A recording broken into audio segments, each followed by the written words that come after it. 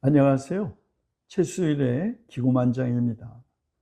우리는 지난 시간까지 16세기 독일의 교회 개혁가 말틴 루터의 작품들을 함께 읽었는데요. 오늘은 말틴 루터와 동시대 개혁가였고 또 말틴 루터의 추종자였지만 그의 선배 루터와 달리 혁명의 길을 간 토마스 뮌처를 함께 보려고 합니다. 토마스 뮌처는 1489년 혹은 1490년 독일의 동부 작센주의 하르산맥 인근의 스톨베르크에서 태어났는데요. 이곳은 루터의 고향 아이슬레벤에서 그리 멀리 떨어진 곳이 아니었습니다.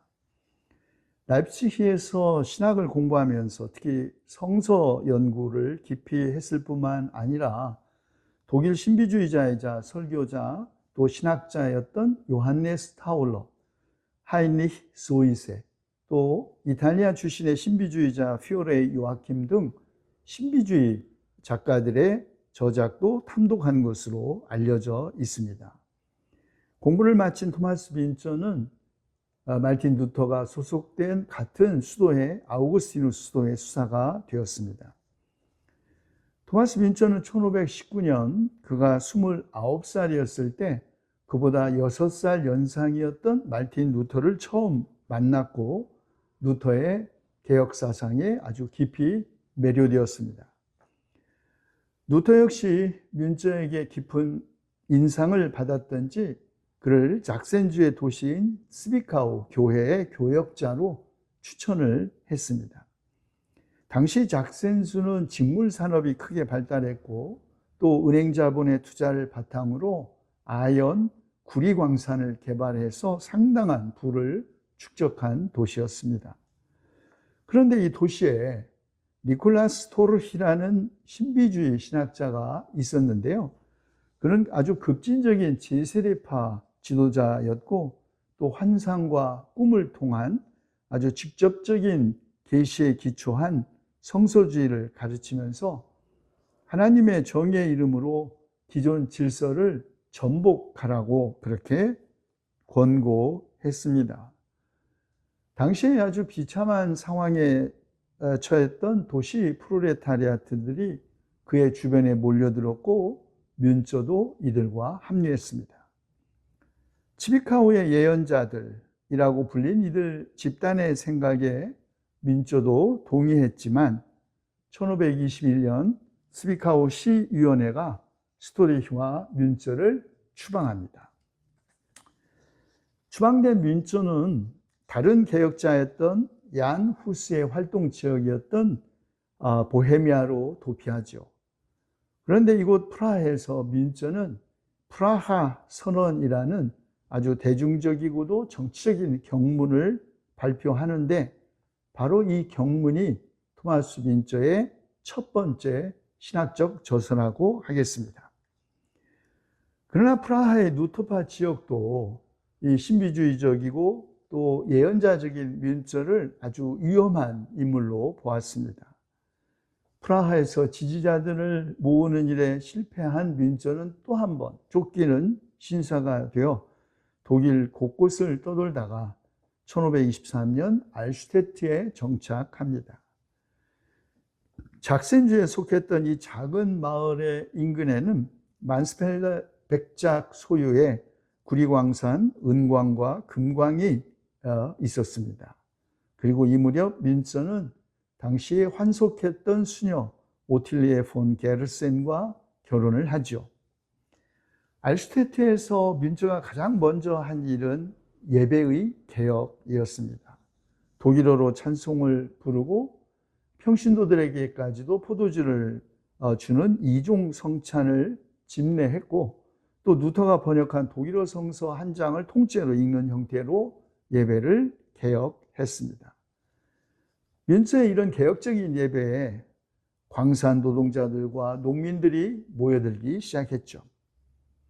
그런데 또다시 그의 과격한 설교가 문제가 되었습니다. 그의 대표적인 문서인 영주들에게 보내는 설교 1524년에 썼는데요. 그 설교에서 뮌처는 루터의 두왕국 사상을 아주 날카롭게 거부합니다. 민저는 이 땅에는 오로지 하나님의 주권과 통치만이 있어야 한다고 외쳤죠. 세상의 통치자들도 바로 이 하나님의 권세에 복종해야 한다고 주장한 것입니다. 이런 민저의 설교들은 당연히 영주들의 분노를 샀고 정치 권력의 후원을 받던 루터도 마침내 민저를 폭도와 사탄이라고 이렇게 규탄합니다. 처음에는 매우 호의적이었던 이 두 사람의 관계가 틀어지게 된 것은 여러 가지 이유가 있습니다. 그러나 무엇보다도 신학적 차이가 있었습니다. 루터는 성서의 문자적 해석을 중시하면서 점진적인 개혁을 추구했다면 뮌처는 성령의 직접적인 계시를 강조하면서 급진적 변혁을 주장했습니다. 마찬가지로 세속 권세에 대한 입장도 달랐습니다. 루터는 세속 권위를 인정하고 사회 질서를 유지하려고 했는데 뮌처는 사회적 불평등을 비판하면서 농민들의 운동을 지지했습니다. 특히 뮌처는 농민 전쟁을 지지하면서 사회 변혁을 위한 무력 사용을 옹호했습니다. 물론 루터도 초기에는 농민들의 고통에 공감했고 또 호의적이었으나 농민운동이 점차 폭력적으로 변해가자 농민운동을 비판하면서 세속권위에 복종할 것을 강조했습니다. 까닭은 뮌처의 이런 급진적인 주장과 농민들의 폭력적인 저항이 영주들의 보호 아래에서 전개되고 있었던 자신의 교회 개혁을 실패로 돌릴지 모른다는 불안감이 크게 작용했기 때문이었죠. 그러나 뮌처는 루터의 그런 온건한 태도를 비판하면서 루터가 결국 권력과 타협한 거 아니냐 이렇게 비난했습니다. 결국 뮌처는 또다시 알슈테트를 떠날 수밖에 없었습니다. 뮌처는 튜링겐주의 뮬하우젠으로 도피합니다. 뮌처는 1524년 말에 루터식 성서 해석에 맞서는 내용을 담은 소책자 한 권을 출간하는데요. 훗날 가짜 신앙에 대한 폭로라는 제목으로 알려진 책이 그것입니다. 이어서 비텐베르크의 개혁자 마르틴 루터를 더 강경하게 성토하는 비망록을 또 내는데요. 영없는 육체로 비텐베르크에서 평온한 삶을 구가하면서 성서를 훔치고 멋대로 가공하여 기독교를 더럽힌 자에게 보내는 매우 근거 있는 항의와 대답, 아주 매우 긴 제목의 비망록이었습니다. 그 비망록의 한 대목 한번 들어보실까요? 참 진리가 꽃을 피우려는 지금 그대는 권세 있는 자들이 아닌 보잘것없고 연약한 이들을 욕한다. 아, 이 거짓말쟁이, 교활하고 음흉한 여우 같으니라고. 하나님으로 말미암아 더 이상 절망하지 않았던 이 의인의 마음이 그대의 거짓말로 비판에 사로잡혔도다. 그대는 경건치 못한 악한들의 권세를 강하게 하여 이들이 옛 틀에 영원히 거할 수 있도록 힘을 보탰다. 권력자의 포로가 된 여우의 운명이로다. 그러나 민중은 자유로울 것이며 하나님은 이들의 유일한 주님이 될 것이다. 뮌처는 또다시 쫓기게 되었습니다. 그는 독일 남서부 지역인 슈바벤, 엘사스 그리고 슈바르츠발트를 비롯해서 스위스의 북부를 떠돌아다녔습니다. 그리고 이런 과정에서 뮌처는 제세대파 신자들을 만났고 슈바벤 지역의 농민 반란에 가담했습니다. 반란을 일으킨 슈바벤 지역 농민들은 처음에는 매우 온건한 어조로 자기들의 요구사항을 이른바 정강 12개조로 발표했는데요. 아마도 토마스 뮌처가 이 농민들의 주장을 담은 정강 12조 작성에 개입했을 가능성이 높다고 하겠습니다. 그 정강 12조의 내용도 우리 잠깐 살펴보겠습니다. 제1조, 목사는 복음의 인위적인 내용을 첨가하지 말고 간단하고 곧고 투명하게 전해야 한다. 복음은 참 신앙을 통해서만 하나님을 볼 수 있다고 말하기 때문이다. 제2조, 목사는 대11조. 그때는 이제 대11조와 소11조가 있었는데요. 대11조는 농산물 수확한 곡물의 10분의 1을 말했고요.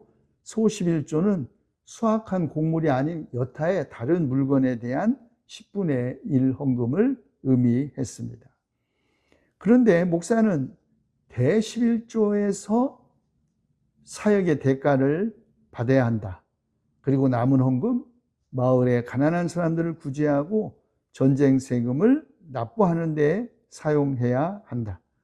그리고 소11조는 인위적으로 제정된 제도이기 때문에 폐지해야 한다. 이렇게 주장했습니다. 제3조, 여태껏 농민을 농노처럼 취급해왔다. 참으로 개탄할 관습이다. 그리스도께서 귀한 보혈로 다만 사제와 귀족만 구원하셨다는 말인가? 우리는 자유인임을 선언한다. 이제 좀 띄울까요? 5조로 가볼까요? 귀족이 숲을 독차지했다. 가난한 평민은 숲에서 나오는 생필품을 원가의 곱절값에 사야 한다. 지배자가 제멋대로 도용하는 마을의 숲가지를 포함해 사들이지 않은 숲은 모조리 마을에 환원하라. 목재와 장작을 필요로 하는 마을 주민이 누구나 필요를 충족할 수 있도록 하라. 그 다음에 제7조, 귀족은 우리 동의 이상의 부역을 강요하지 말라. 8조는 공정한 지대를 책정하라. 제9조는 새로운 법령의 제정으로 새로운 벌금만 부과되는 중인데 또 처벌도 범행에 따라 이루어지지 않고 자의적으로 이루어지는 것에 대하여 재판관의 변덕에 따라 판결하지 말고 정당한 판결을 해야 한다. 그리고 이제 공유지가 있었는데 귀족의 소유가 아닌 마을의 공유지마저도 귀족들이 독차지하고 도용하는 것에 대한 비판. 11조는 참으로 황당하기 짝이 없는데요. 사망세를 폐지할 것을 농부들이 주장합니다. 왜냐하면 사람이 죽으면 죽은 사람에 대한 세금까지 내는 것이 사망세였습니다. 그래서 과부와 고아가 오히려 혈세를 뜯기는 그런 고난을 강요당한 것이죠. 이렇게 12개의 조항에 이제 그 요청을 했지만, 물론 당연히 귀족들은 이 요구를 듣지 않았죠. 1525년 2월 뮬하우젠으로 다시 돌아온 토마스 민저는 민중 봉기가 일어나자 영구평의회를 조직합니다. 그런데 이 무렵 토마스 민저는 사도행전 2장과 4장에 나타난 초대 교회의 나눔과 공유 공동체 사상을 설파하기 시작합니다. 민저의 이런 소위 초대교회적 이상을 실현하려는 뜻은 그의 설교에서도 드러나 있는데요. 그의 설교의 한 편을 잠깐 들어보겠습니다. 물건을 공동으로 사용하라고 적은 사도행전의 말씀에 따라 모든 물건을 함께 나눠 쓰라고 했다. 그렇게 가르쳐 하층민을 염치 없는 뻔뻔한 자들로 만들어 더 이상 일하려 하지 않게 만들었다. 곡식이나 천이 부족하면 부자들을 콕 집어 찾아가서 그리스도인의 권리를 명분으로 이것저것을 요구한다. 그리스도가 필요한 물건을 나누라고 명령했다고 말이다. 이것은 토마스 민저의 말이 아니고 토마스 민저의 이런 주장에 대해서 귀족들이 토마스 민저를 비난하기 위하여 한 말입니다. 부자가 양곡을 주지 않는 경우 이들은 무역으로 그 재산을 탈취했다고까지 주장합니다. 자, 그러나 농민들은 더욱 활기차게 연대투쟁을 전개합니다.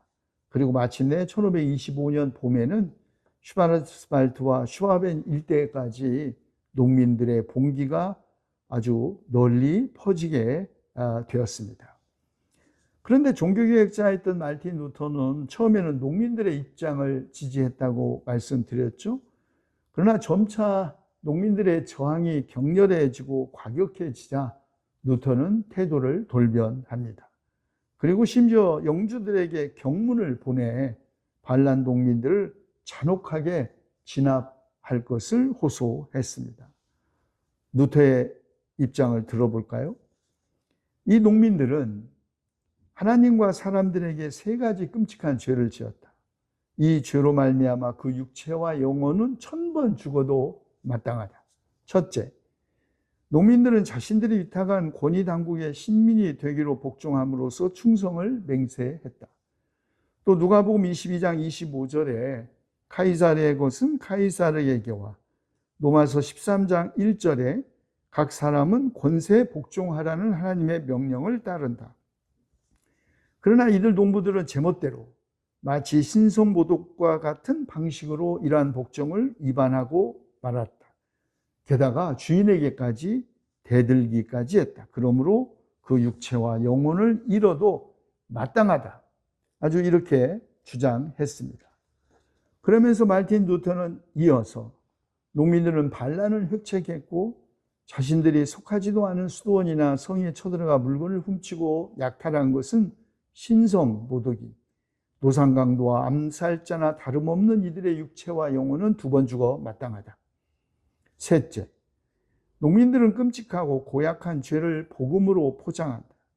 이들은 그리스도인 형제를 자처한다. 이들은 충성서약을 받고 사람들을 겁박하고 공포로 내몰아 자신들의 일에 동참하라 강요한다. 이는 하나님과 그 이름을 망령되게 하는 자들 중 우두머리다. 왜냐하면 복음을 가장해 마귀를 숭배하고 섬기기 때문이다. 그러므로 그 육체와 영혼은 10번 죽어 마땅하다. 모든 유정자는 설령 이교도라 할지라도 이 흉악한 자들을 방벌할 권리와 권력을 가진다. 심지어 이러한 방벌은 유정자의 의무이다. 유정자는 이를 위해 손에 칼을 쥐었음을 잊지 말라. 유정자는 악을 행하는 자들에 대항하는 하나님의 대사이다. 마르틴 루터의 주장입니다. 영주들은 즉각 포병, 중무장, 기병, 보병부대를 고용해서 농민 진압에 나섭니다. 영주들의 군대는 아주 능숙한 기동으로 농민군의 통신로를 차단해서 부대가 집결하는 것을 저지했고 통신이 마비된 농민군은 고립되었습니다. 이렇게 흩어진 농민군들을 영주군은 하나씩 격파하면서 살육했습니다. 윈처는 라이프치히 서부의 프랑켄하우젠에서 농민군을 재편하고 영주군들과 대치했습니다. 그러나 화약 공급을 담당하던 스위스 사람들이 돈만 받고 사라졌고, 그래서 절망에 빠진 8천여 명의 농민군을 윈처는 홀로 그 사기를 북돋워야 했습니다. 그런데 1525년 5월 15일 갑자기 영주들이 휴전 약속을 깨고 쳐들어옵니다. 농민군 8,000명 가운데 5,000명이 바로 목숨을 잃었고 영주군은 고작 23명이 전사했습니다. 윈처는 곳간에 몸을 숨겼지만 곧 수색대에 의해서 발견되고 중세 규칙에 따라 모진 고문을 당하고 5월 27일 참수되었습니다. 영주들은 민처의 목을 장창에 매달아 뮬하우젠 성벽에 효수했습니다. 그때 그의 나이 36살이었습니다. 자, 신비주의자이자 또 중세 봉건 사회를 그 근본에서부터 혁명적으로 개혁하려고 했던 토마스 윈처. 한때는 마르틴 루터의 추종자였고 그를 존경했지만 농민전쟁에 대한 루터의 태도 때문에 결별한 토마스 윈처의 혁명, 이렇게 막을 내렸습니다. 마르틴 루터는 교황청과 갈등 관계에 있던 영주들의 도움 없이는 교회 개혁을 할 수 없다는 것을 알고 있었습니다. 그래서 토마스 민저는 루터의 개혁이야말로 다만 절반의 개혁이라고 생각한 것입니다. 농민전쟁 기간에 보였던 루터의 태도는 수많은 사람들의 빈축을 샀습니다. 그러나 루터는 넋두리와 협박으로 자기 변호에 급급했죠. 루터의 말을 들어볼까요? 무엇보다 나를 비난하는 자들에게 경고한다. 닥치고 그대들 몸간수나 차려라. 분명 그대들도 역심을 품은 자들이었다. 역도들은 천벌을 받아 마땅하다. 하나님께서는 사람들이 왕과 권세를 두려워하기를 원하지 이런 일로 웃고 떠들고 조롱하기를 원치 않는다. 반란에 가담한 자들에게 이런저런 이유를 들어 대답할 필요가 없다. 무슨 말을 해도 들으려 하지 않으니 말이다. 차라리 코피가 날 정도로 그 면상을 주먹으로 갈겨버리는 편이 낫다. 농민들 역시 아무 말도 들으려 하지 않는다. 그런 그들에게 아무 말도 할 필요가 없다. 화승총을 쏴서 그 귀가 번쩍이게 하고 대가리를 날려버려라. 말틴 루터의 주장이었습니다. 그러나 토마스 민저는 루터와 달리 중세 봉건 질서 자체를 극복하지 않고서는, 그리고 그런 질서 아래에서 고통받는 농민의 해방 없이는 진정한 의미의 교회 개혁은 가능하지 않다고 생각한 것이죠. 물론 그의 농민전쟁과 혁명은 3.1천하로 끝나고 말았습니다. 그러나 그 결과는 참으로 끔찍했죠. 10만 명 이상의 농민과 양민들이 사망했습니다. 그리고 끔찍한 살육으로 독일 농가는 오랜 세월 공포에 떨었고, 반면 영주들의 권세는 더욱 막강해졌습니다. 민초의 폭력 저항은 완전한 실패로 돌아갔고, 그 후에 민중의 고통은 더욱 심화되었죠. 민초가 이루고자 했던 초대교회 이상 유무상통의 기독교 공동체는 연기처럼 사라졌고, 그의 사후 유럽은 부르조아 사회를 향하여 질주했습니다. 비록 실패했지만 민초와 농민 전쟁은 당시 영주들의 지배 권력과 기생관계에 있던 교회의 개혁이 세상의 변혁과 함께하지 않는 한 절반의 개혁에 그친다는 것을 아주 명백하게 보여준 역사적 사례라고 하겠습니다. 물론 토마스 민저에 대한 역사적 평가는 매우 다양합니다. 우리가 잘 아는 프리드리히 엥겔스나 막스주의 철학자 에른스트 블로흐는 민저를 혁명의 신학자로 평가합니다. 그러나 다른 이들은 민저의 삶을 특정한 이 정치 이념에 환원시킬 수 없고 오히려 그를 신비주의자로 조명해야 한다고 주장하기도 합니다. 민저의 프라하 선언을 번역했던 안성원 박사가 이제 그런 입장인데요. 안성원 박사는 민저가 기존 질서와의 단절을 외쳤지 총체적 변화의 조건을 구상했던 인물이 아니었고, 또 이런 단절의 출처도 그의 신비주의 사상이지 권력관계에 대한 평가가 아니었다고 주장합니다. 민저 신학을 지탱하는 두 기둥은 성서 해석과 성령의 교통이라는 것이죠. 어쨌든 토마스 민저는 당대는 물론이고 지금까지도 논란의 인물인 건 분명합니다. 종교개혁 좌파 혹은 현대 사회주의 선구자, 위대한 제세례파 운동의 창시자 혹은 농민전쟁 지도자 등 여러 이름으로 불리고, 또한 그의 이름에는 칭찬과 비난, 사랑과 증오, 개혁과 혁명이 교차하기 때문입니다. 루터나 민저 모두 시대의 자식이었고, 시대 인식과 현 시대에 대한 판단이 달라서 서로 다른 길을 갔습니다만, 세상에 개혁 없는 교회 개혁의 한계가 무엇인지를 보여준 역사적 사례가 아닐 수 없습니다. 토마스 민저는 말틴 루터와 달리 많은 글을 남기지 못했습니다. 그의 초기 작품으로 그의 신학적 여정을 보여주는 프라하 선언, 알슈테트에서 공동체 목사로서 활동하던 시기에 저술한 독일어 미사, 그리고 그의 혁명적 사상을 담고 있는 군주들에게 보내는 설교가 남아있을 뿐입니다. 그 가운데 한국어로 번역된 것은 유일하게 프라하 선언밖에 없습니다. 2차 자료도 한 권밖에 번역되지 않았는데요. 클라우스 에버트가 지은 토마스 빈처 독일 농민 혁명가의 삶과 사상이 그것입니다. 자, 이제 다음 시간에는 16세기 동시대를 살았던 가톨릭 수도사 라스카자스를 함께 공부해 보도록 하겠습니다. 경청해 주셔서 고맙습니다. 안녕히 계십시오.